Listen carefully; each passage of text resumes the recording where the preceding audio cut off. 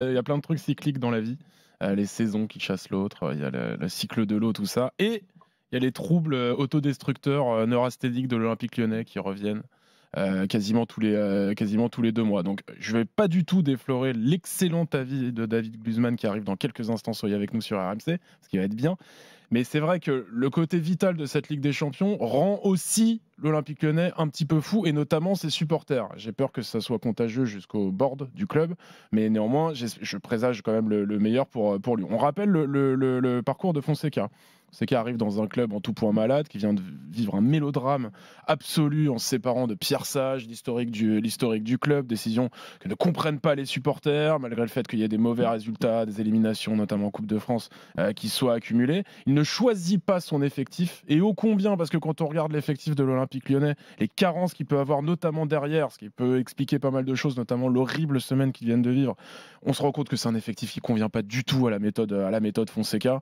Il y a trop de joueurs devant et il n'y a pas assez de joueurs dans les zones stratégiques que lui affectionne, puisqu'il part toujours de derrière comme beaucoup de coachs, même si ça a tendance à se raréfier. Derrière, c'est pas possible, et au milieu de terrain aussi. J'ai quand même hâte de voir un effectif qui sera un peu plus construit pour cet entraîneur-là.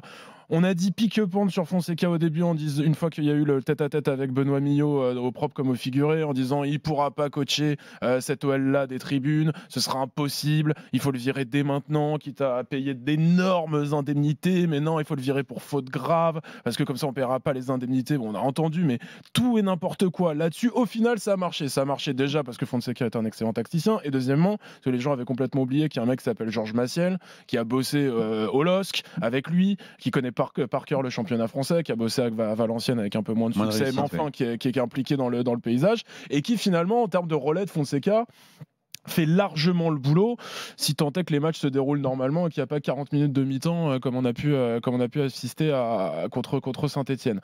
Il a pris de plein fouet, et ça peut se comprendre, les 2 traumatismes énormes pour le peuple lyonnais, à savoir, on est au sommet de l'Europe avec cette victoire à Old Trafford, avec un scénario délirant qui n'a d'équivalent peut-être que ce qu'a fait Paris au Camp Nou jadis, et une défaite dans le derby avec les circonstances que l'on connaît. Laissons bosser Fonseca. Pourquoi je dis ça? Parce que, bon, évidemment, que les supporters soient un peu sur courant alternatif sur les hommes qui les dirigent, c'est normal, mais il y a quand même une lame de fond de gens qui remettent en cause son management.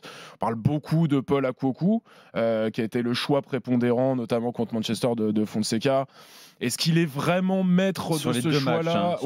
Saint-Etienne, c'est... Non, sur les 2 matchs, et le premier avec succès. Quand même. Le premier avec succès.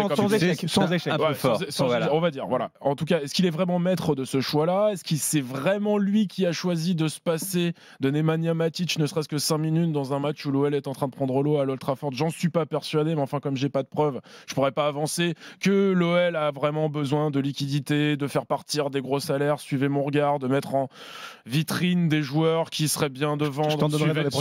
Suivez mon regard également.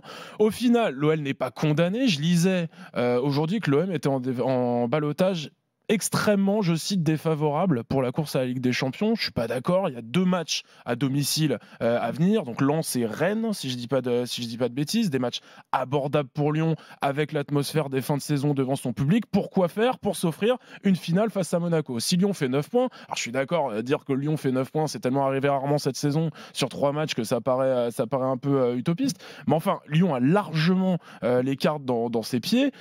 Lyon a pris des scénarios de match défavorables, et Fonseca réalise un bilan qui, ma foi, est vraiment pas grotesque, avec un effectif qui n'a absolument pas choisi, et avec une direction qui perd la tête et qui enchaîne polémique sur polémique à mesure que les semaines défilent, et des supporters qui sont comme ça, alors c'est de la radio, mais qui sont en train de faire un peu d'huile parce que la DNCG arrive, et en train de se dire il faut absolument que l'OL soit en Ligue des Champions pour survivre. Bon. Je trouve qu'il s'en sort très bien, laissons-le travailler.